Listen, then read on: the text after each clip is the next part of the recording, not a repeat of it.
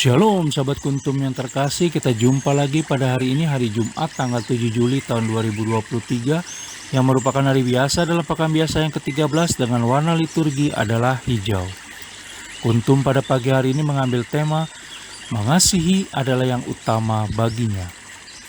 Sahabat kuntum yang terkasih, struktur bacaan kita pada pagi hari ini terdiri dari bacaan pertama yang diambil dari kitab Kejadian 23 ayat 1 sampai dengan 4, ayat 19, dan dari kitab Kejadian 24 ayat 1 sampai dengan 8 dan ayat 62 sampai dengan 67.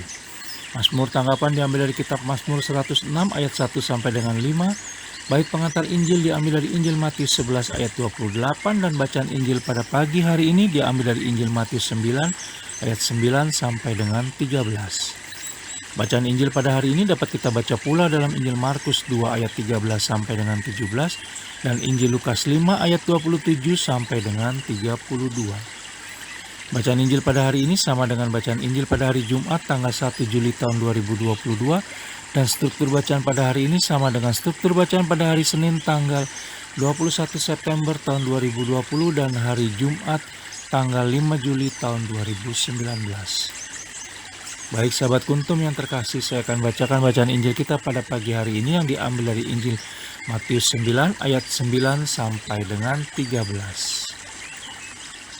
Matius pemungut cukai mengikut Yesus. Setelah Yesus pergi dari situ, ia melihat seorang yang bernama Matius duduk di rumah cukai. Lalu ia berkata kepadanya, "Ikutlah aku." Maka berdirilah Matius lalu mengikut dia. Kemudian ketika Yesus makan di rumah Matius, datanglah banyak pemungut cukai dan orang berdosa dan makan bersama-sama dengan dia dan murid-muridnya. Pada waktu orang Farisi melihat hal itu, berkatalah mereka kepada murid-murid Yesus, "Mengapa gurumu makan bersama-sama dengan pemungut cukai dan orang berdosa?" Yesus mendengarnya dan berkata, "Bukan orang sehat yang memerlukan tabib, tetapi orang sakit. Jadi pergilah dan pelajarilah arti firman ini. Yang kukehendaki ialah belas kasihan dan bukan persembahan. Karena aku datang bukan untuk memanggil orang benar, melainkan orang berdosa." Demikianlah sabda Tuhan, terpujilah Kristus. Sahabat kuntum yang terkasih, sebelum kita lanjutkan renungan kita pada pagi hari ini, jangan lupa untuk menekan tombol like dan subscribe yang ada di bawah video kuntum ini, agar kuntum dapat terus berkembang semakin baik di masa yang akan datang. Sebelumnya saya sampaikan terima kasih dan mari kita lanjutkan renungan kita pada pagi hari ini. Dalam bacaan Injil pada hari ini yang diambil dari Injil Matius 9 ayat 9 sampai dengan 13 yang cukup populer di kalangan umat, Yesus Kristus dipertanyakan oleh orang-orang Farisi karena makan bersama Matius sang pemungut cukai yang dianggap berdosa dalam pandangan mereka sehingga menjadi najis dan tidak pantas. Kita bisa baca dalam Injil Matius 9 ayat 11. Yesus Kristus mendobrak kebiasaan dan tradisi yang salah tersebut. Yesus Kristus membenci dosa, tetapi sebaliknya malah mengasihi orang berdosa. Yesus Kristus menjadi manusia agar bisa dekat, mengasihi, mengampuni, dan menyelamatkan manusia. Mengasihi adalah yang utama bagi Yesus Kristus, bahkan sampai mati di kayu salib. Sebagaimana Yesus Kristus telah memanggil Matius si pemungut cukai untuk mau datang dan mengikutinya, maka melalui bacaan Injil pada hari ini, Allah Bapa juga memanggil kita untuk mau datang dan mengikuti serta melaksanakan segala perintah-perintahnya.